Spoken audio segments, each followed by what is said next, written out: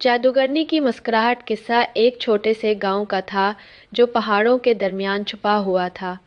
ये गांव दूर दराज था और उसकी खबरें शहर तक नहीं पहुंचती थीं।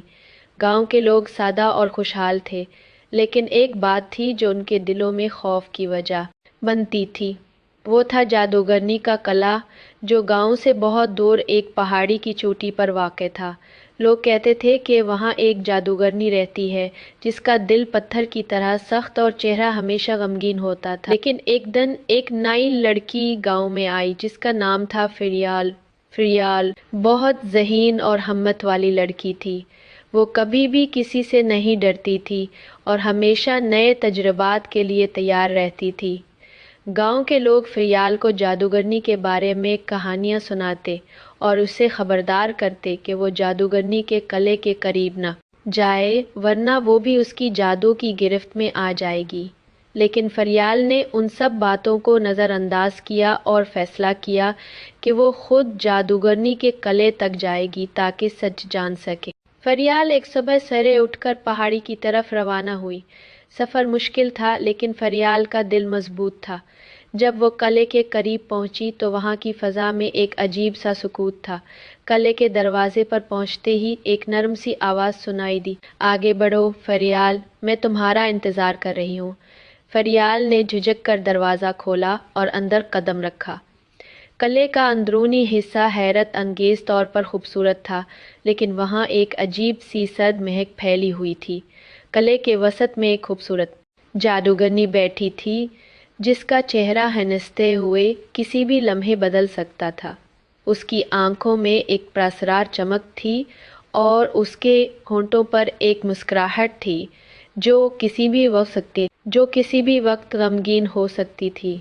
तुम यहाँ क्या करने आई हो? जादूगरनी ने पुरस्कून लहजे में पूछा। मैं चाहती हूँ कि आप अपना राज मुझे बताएं, फरियाल ने जवाब दिया। मेरे राज? जादूगरनी मुस्कराई। मेरे राज तो एक ज़माना पहले ख़त्म हो चुके थे, लेकिन तुमने मुझे यहाँ तक आने की हिम्मत दिखाई, इसलिए मैं तुम्हें वो बताती हूँ जो कभी किसी ने नहीं सुना।